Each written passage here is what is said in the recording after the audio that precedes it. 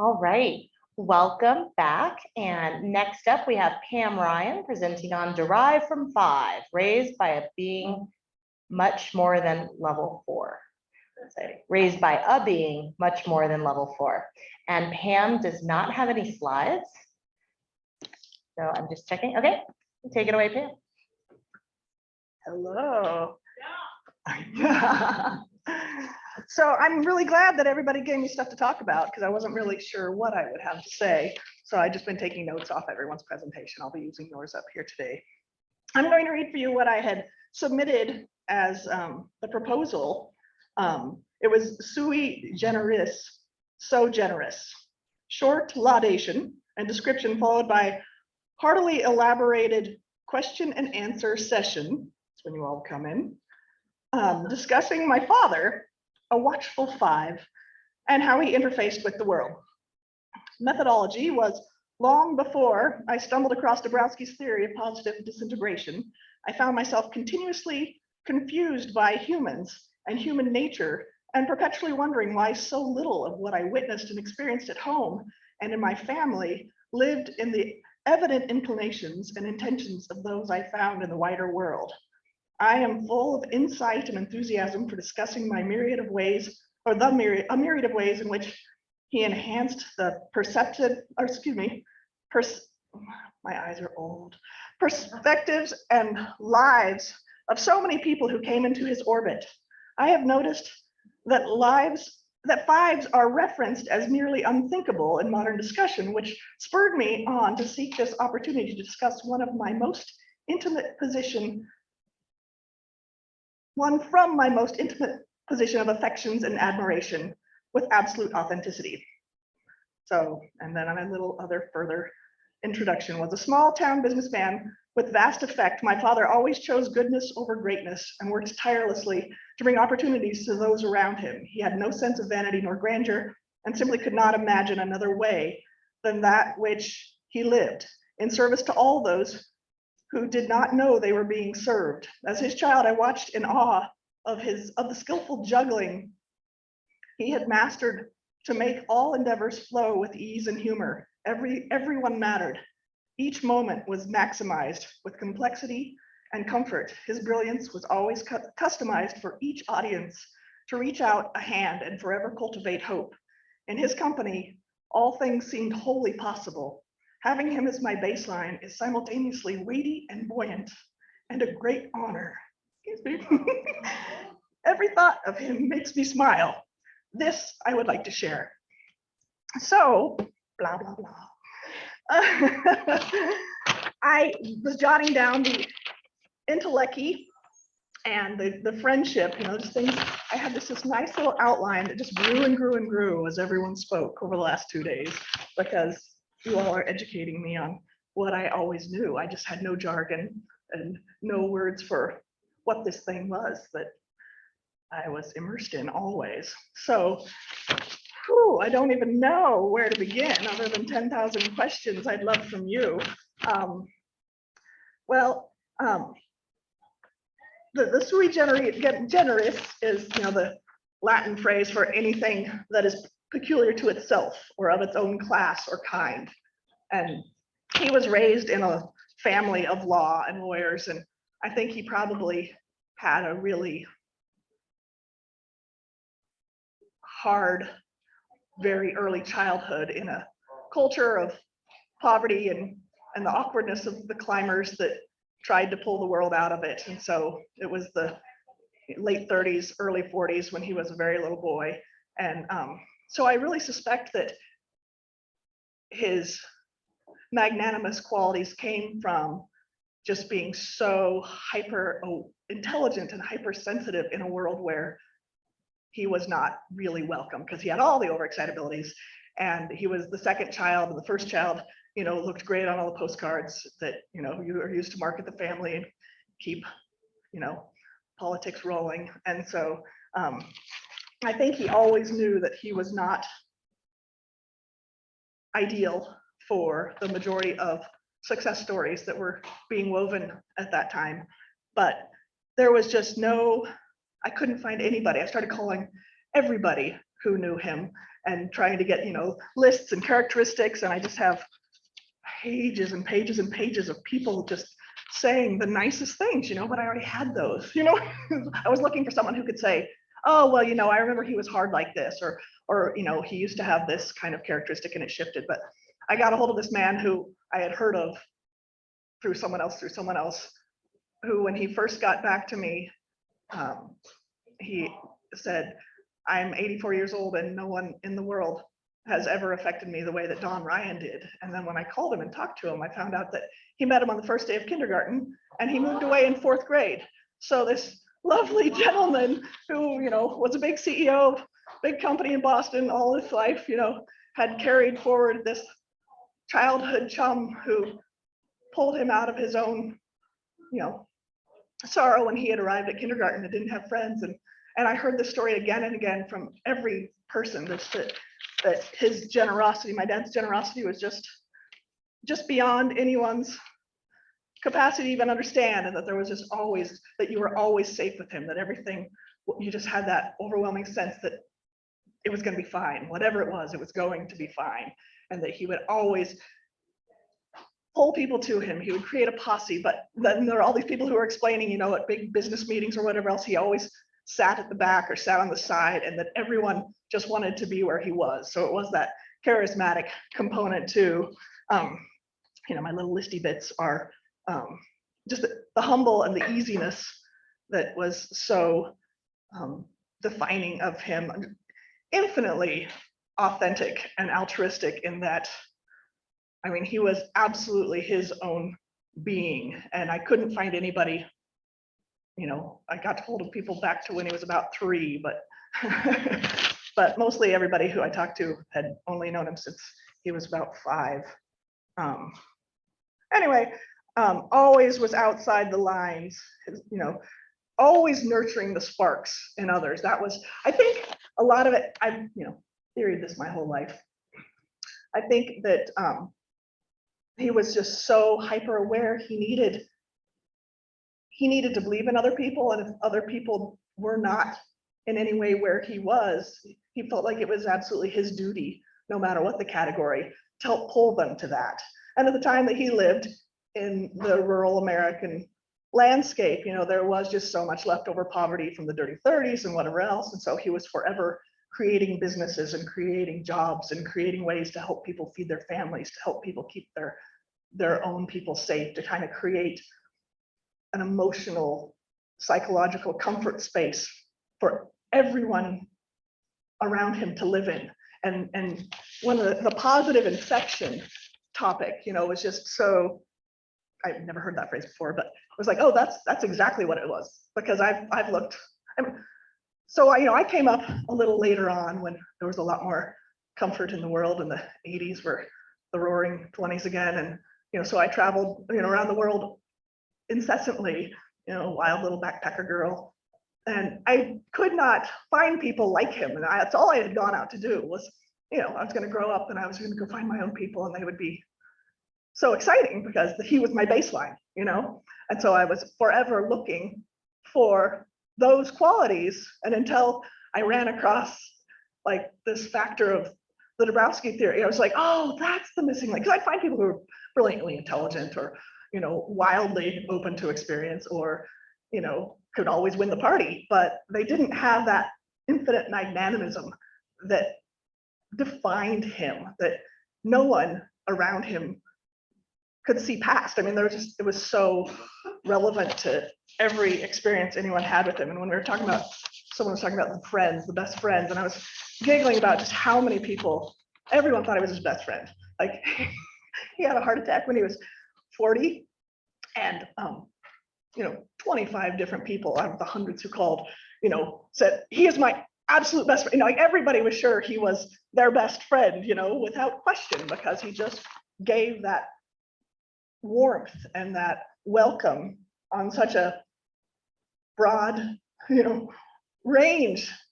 And I'm sure the important parts. Oh, I was going to say, like the priest, there would be new people who came into town, and they would always like just kind of go loiter. They'd always try to be where he was. They'd know when he was having coffee, but you could always tell kind of, who was smart, or who was savvy, who came to town because they needed to be where he was. He had a big trucking company in this little town we lived in that was a beverage distributorship, so there was a big beer industry. And of course, the priest would be loitering outside at the end of the workday, trying to wait through all the truck drivers so he could chit chat with my dad. And there's all these funny affiliations, like everyone would gladly step beyond sort of their moral codes, which is kind of part of his game in life, was to take a person out of their comfort zone and give them so many other places to be comfortable, so everyone was being expanded, and everything you came at him with or to him with, he would ask you that question that would pull you to the full other side of the field you thought you were playing on. They're always just these perfect, he never ever gave advice to anybody, but he would just ask you questions that would forever drag you to somewhere you hadn't even fathomed yet. And then you'd be over there, like having to set up again and try to figure out, well, where do I go from here? And if you came to him, he'd find a way to, expand the field in a different direction. And so it was just information Olympics. Yes, please. How was he an unconditionally loving father? Well, I think infinitely, it was so good. The question is, how was he an unconditionally loving father? And I always thought that his love was just outside the scope of other people I knew, and I believed all my life that it was because he hadn't had his own, that he knew how important it was, so he would go beyond any confinement, any impediment to continue. He always knew the priority of it, and he was such a father. In fact, one of his friends, another friend from all the way through school, kindergarten, was talking about how he said, Don was our godfather. He was the godfather of everyone. I mean, from junior high or even before, but he said in sports, and we were all Goliath, we were all like athletes that of course chose other things, but easily world-class athletes. And so he just comes from this line, and my mom, I think, married him thinking she was going to have Olympic babies, and we all had separate priorities, and so she might have been a little disappointed. But the man who had his buddy Weeder, because he learned to smoke. They learned to smoke when they were 9 years old. So Weeder told me that Don would call the plays. Like he said, we didn't have a basketball coach. We didn't have a football coach. We had Don Ryan, and he would call the plays, no matter what happened. We'd all run out there and he'd tell us what to do, and we'd go and do it, and it would work out or it wouldn't work out, and then he'd figure out how to make it work better the next time. And by high school, when they had coaches, the coach would send somebody out, and if Don looked at the coach, the coach would call him back in, because they were all still playing on the rules and runs of Don Ryan, and he was recruited into college football, and he played college ball and was the same. And stories of people who played with him at different colleges, and I, all my life we would be all different places. Like we'd be in Milwaukee at a fancy hotel, and people would just walk by and say, Don Ryan, like all these amazing, bizarre, famous people. Oh, we just knew him, and they'd sit down and we'd drink something and laugh, and there's just laughter. It was like I think his way of maintaining his own equilibrium in the face of carrying all this and for everyone was just, he was forever replenished with kindness, giving of kindness, with sharing of laughter, with, compersion, which I know that word's kind of been usurped by the poly industry community, but it is, the fact that your pleasure comes from other people's pleasure, and there's no better way for me to understand him than to learn that word and realize that's what it was. He needed to help people be bigger. He needed to help people be stronger and better and fat, whatever it was, whatever they needed to be, whatever they identified themselves as, he would find some way to bolster them in that. And it was amazing that forever, no one knows the breadth of this, because an old crusty man would come to the door with a giant ham one day and say, I could never afford to pay, Don for whatever. but he was always good to me. I had this ham, it's like, I mean, there were always the odd cards and gifts that came in, and it was truly amazing. I think he was so happy to have reproduced because it gave him a peer group of people, and I think he had created so much community, but always, might have been waning. Maybe he's falling back farther into things that were really uncomfortable for him, which is probably a level 4 or 3 or whatever. So, making his own team, I think, was really important. And I know when my brother was like 9 or 10, he had said to my mom that, it was like having a 35-year-old businessman, to work with him, because he was just so happy to have someone who, they could actually scheme together and come up with ideas and work out, because he was forever creating these things. And my brother died when he was 12. And so, it truly tested the mettle of my dad in this little category of critique. But, and all the people who I was calling and talking to, and I haven't talked to some of them, since then, 4 years or whatever. And, they said, we all just came. We came from everywhere. The house was just full of people who all just came and said, nobody knew what to do. Nobody could even tell it was lost, because nobody could really understand how Don was so immense and amazing in the first place. And then to lose this thing, which was, his firstborn and this amazing person. And so, all these people talked about how, they all thought that would kill him, which it certainly tried. But, and they just all talked about how they just came and they just sat for days and days because nobody knew what to do. And people talked about how, the old boys from the pool hall were lined up between senators and mayors and, all the big wigs of business just around the grave, and how, what that was such a sign of who, my dad was, that these people came in from everywhere just to be there for him.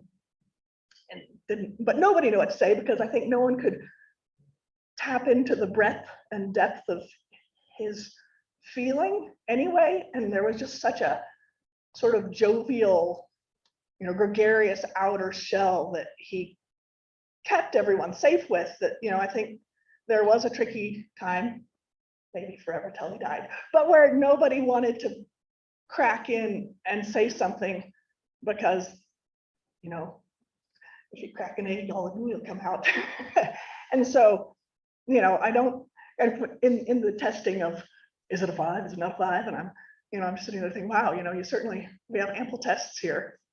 And I'm sure that's why his heart stopped, when he was 40 and whatever else. But I mean, he was just so infinitely capable of feeling. And in looking at all the stuff, the only thing I can figure out is just that he was so hyper intelligent that he could transcend all the other overexcitabilities that were not palatable to his people, to those who judge him. And there was a little talk at once upon a time by my grandma, and no one, they were all tight-lipped, funny, kind people, but is the ineffable grieving of that whole set of generations where nobody shared the things that you couldn't say without laughing. And my grandma had said something about how she had changed his birth certificate because she was married to whatever he was at the time, the county attorney. But she had changed Don's birth certificate so that she could send him to school earlier because she couldn't handle him. And she was like, she was the musical spine of the community. So she had very important duties. So Rita Hollywood called back the 9 she came in. Yes. But it did make a 3-year-old attend kindergarten. So the men who are telling me these stories about, Don Ryan setting up these social groups for them on the first day of kindergarten and creating these little posses and whatever else. And I was like, are you okay with the idea that he might be 3? He might have been 3 in that moment when you were 5 and he was helping you, but he was turning 4 very soon. But so she would have started him in kindergarten at 3 and no one knew. And so then when he was playing college ball, he would have been, 16 or something. So even that, like shifting it back a year, but then that too, because he quite possibly could have, had a better handle on sets of overexcitabilities. But I think his father's inability to welcome all his little spazzy, elements, because all of this came out because I had these kids and they were so clearly not welcome anywhere, and people are always making nice and saying, oh, bless her heart, but but nobody means it. And I am just such highly tuned radar for insincerity that, I just couldn't leave my children anywhere where they were even marginally unwelcome, because I knew that there was not one school day in my whole life, all the way up through undergraduate, that ever gave me any piece of intended information, and so the idea of trying to shoehorn my children into educational industries when they're not welcome, and I had to be the one who did that to them, I just couldn't. And my only confidant in the world was my dad. And since he was one to never complain about anyone, I always tried hard not to, complain, but I had a lot of complaints. And so I would tell him how my kid had this experience or whatever else, and these little things, like when my youngest was probably 4 and really, really, really angry about something, he was like he just looked like a reincarnation of my dad, and so everything was just so funny. But he was enraged by something, but he always kind of kept it tight, but you knew when he was raging. And my dad said, that was always the hardest part, was learning how not to be angry.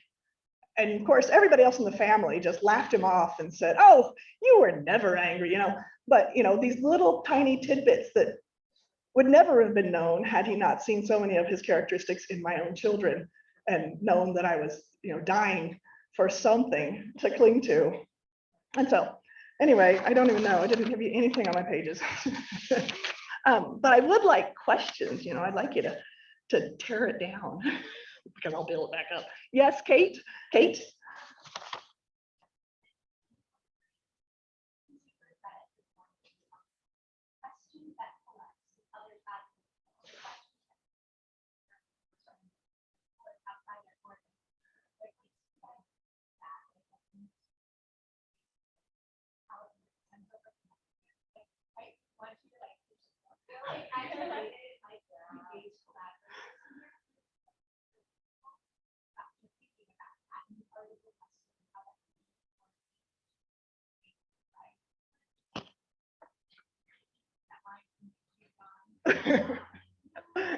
Thank you. I would. If anybody wants to write the book, I have at least 453 pages. Just quick jottings. And that's just somebody else's words. I have so many of my own. Oh, I was trying to think of phrases that ever slipped out of him, on the golf course or somewhere where he didn't realize he was giving advice, but we'd be walking along having a nice sunset. And those little things like, the only person you have to be respected by is yourself.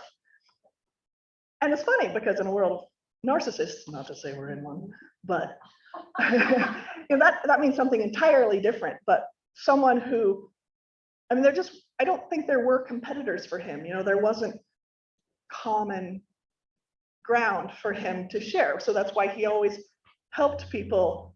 Not why, I don't think it sounds greedier that way, but I think he knew, as a perfect logician and businessman, that if a business plan or if a system doesn't feed you as well as put your mask on yourself first, or you can't help others.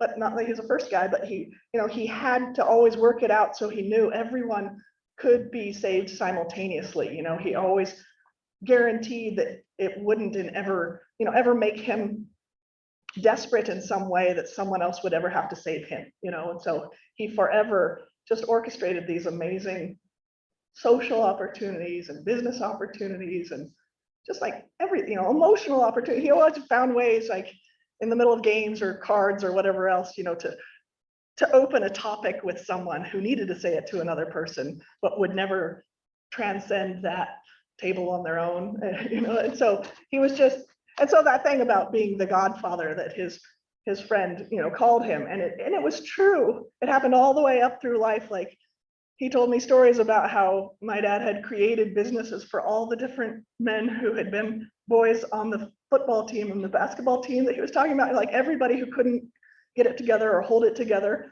through the awkwardness of the farm crisis and the other weirdness of 80s economies, and he would just figure out a way to make sure that there was an industry that just happened to have an opening that just existed out of the blue, you know, to suit that person's best skills or capacities. And you know, the whole, oh, yes, I have a question here. I don't mean to interrupt you. I'll go on forever with blah, blah, blah.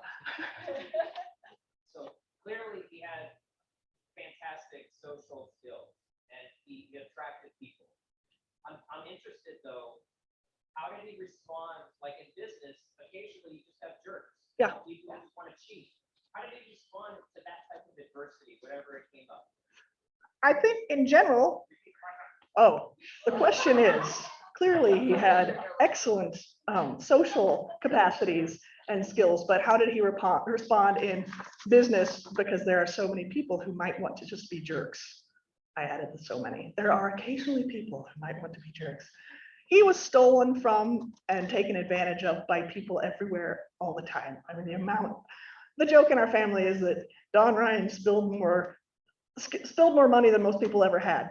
But it's a joke from a Scotch line. He spilled more Scotch than most people ever drank, which both apply, because I think he had to keep a little celebration running to, you know, stay on top of his emotional needs. But so many people stole from him. He would never let somebody take him under. And so he always gave people room. One of the guys I talked to said he gave you all the room, all the rope you needed to hang yourself. He'd just give you rope after rope after rope. And then in the end, you know, you just have to hang yourself because you'd run out. And he always felt, I think he never thought it his right to deny anyone their own honor. So, you know, it's kind of that thing where you had to just kind of open a back door and let them know all you knew about them all of a sudden while you stood in the doorway. And then they would walk out of their own volition rather than walking back out front and dealing with the crowd that might have overheard anything if he faced that direction instead of out the door. It was an amazing amount of people. The reason I'm so aware of human nature was just because my whole life I was always shocked. You know, I always knew, well, Shep's stealing from you down at the lumber yard, and you know, so-and-so's been, you know, taken out of the pilfer over. So throughout the 80s in middle America, if you don't know, you know, everybody started starving again. And so, you know, he would buy up these things in these little towns as they were falling out the bottom, because he just believed you could never recover if you didn't have the amenities to do so.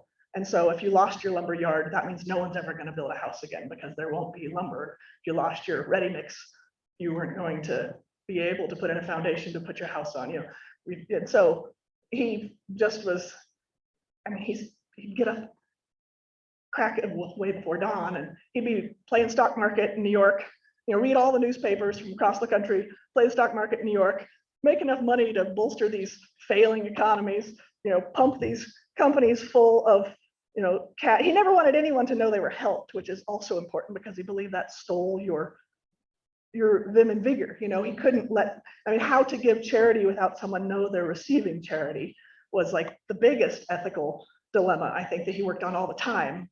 Because if anybody knew, there would be no good in it. Like, you know, and so, you know, he ended up owning a lot of lumber yards and a lot of ready mixes and like propane companies and all those things that kept people alive through the winters and gave them feasible hope for a future. And so, you know, there were a lot of fingers and a lot of tills everywhere. And you know, for the longest time, he just kept trying to create industries that would allow, you know, like he'd start building apartments so that he could use lumber and the you know, so that then people, but then here's a lovely little dirty dealing kind of thing. He built these this run of houses that were, you know, however it is, where it's a percentage of your wages, you know, so everybody has a place to live. So if you only had made $10,000 a year, your rent would be based on that, not. And then at one point, you know, I'm a rascally teenager and we're riding around being dorks, and he pulled up next to this big field and he said, I was about to put another set of those, we call them the commons, houses in there, and the neighborhood here voted against it and refused because they didn't want that kind of person living here, you know. And he said, I'm going to put a little feed trough right along their backyard and put 100 heads of cattle in there tomorrow afternoon. Because he was just, I mean, he really just couldn't fathom what kind of person would have the audacity to think another person wasn't valuable, you know. He couldn't, it was truly a blinder. He couldn't grasp, and he really, when people were trying to do him in, for him, it was just a game. You know, it's like, you know, Michael Phelps in the baby pool, you know, he's kind of a menace. So he just has to figure out how to make it fun for all the other kids, you know, because it's not like he's going to get in there and play his strokes.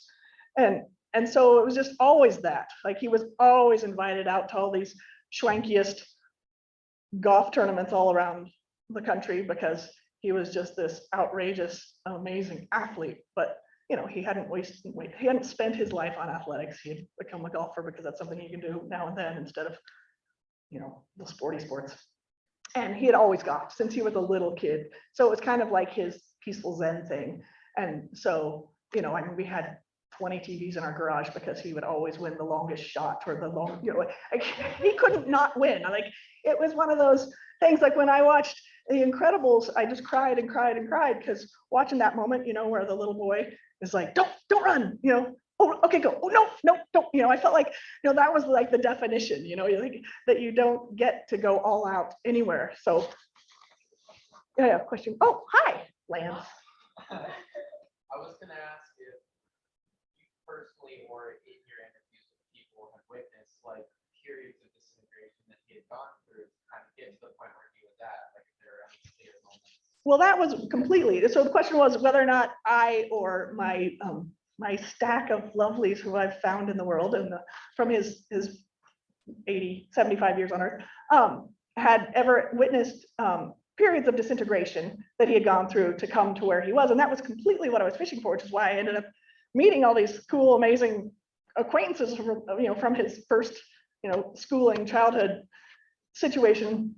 And no, I mean, I always felt like I was the one who got to see more, but it was also just because I was, you know, I was the only one who knew so many of his secrets, because, you know, no one else ever had to carry his weight. That was like his one duty he assigned himself clearly before he started kindergarten, was that no one would ever carry his weight. You know, he would carry his weight and he would carry the weight of everyone else around him that he could, while making them feel like they were being beautiful and helpful.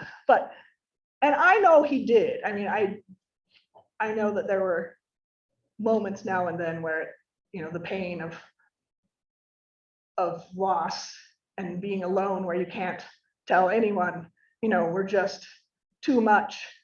But, you know, he always just tried to self-medicate with a good friend, like laughing, you know, just laughing. He just creates so much joy. And I do the same thing myself. You know, the amount of times that I have like thought I couldn't make it through the day since my kids were born and we're infinitely unwelcome everywhere. You know, but you can't keep yourself breathing when you're taking oxygen out of the air. So it's kind of like I have to get everybody else happy so I can look in their faces and borrow that back. And it's an exponential equation. You know, if I can make all of you laugh, and it's just the price of one beer each, I mean, that's a big win for me, you know. And I always just thought that was such a beautiful skill. And I really didn't know how many people didn't know that game, because, you know, I thought everybody knows that if you can just bring it all up for everybody, then you're up with them, you know, and you can use that for your own buoyancy. And so, you know, I did all these things that I just ran around the world looking for all those people. And, you know, they're tricky to find.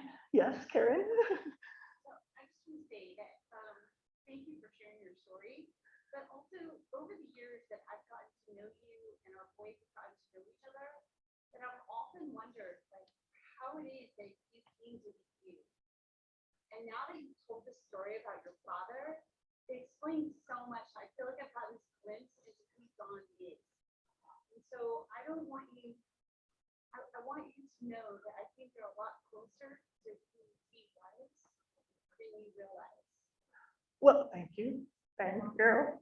Karen just said that she thinks I'm a lot closer to who Don is than I realize, and I thank her very much.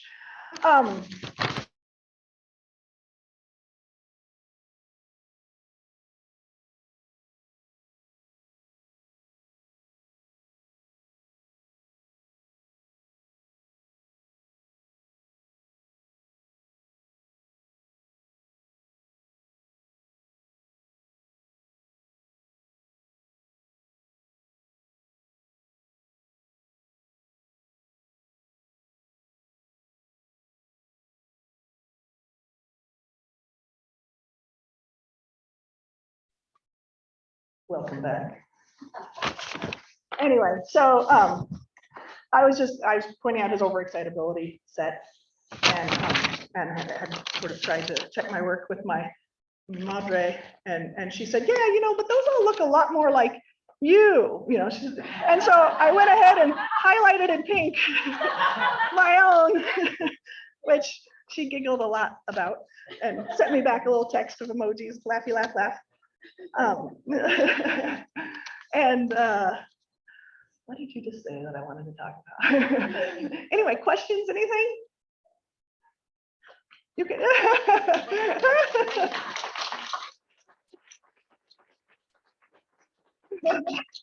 Oh, here's a funny little tidbit in the land of freak shows. So he died at the very end of 2014, and I had just sent off some of my hair for a Wigs for Kids thing or whatever, but it's never been this long. And so I haven't been able to cut it because I want the part of me that that knew him. So anyway, I thought, if this went well, I could at least finally cut my hair off. I always call it my hair cape because it's like my superpower. How weird is that? Okay, thanks, folks.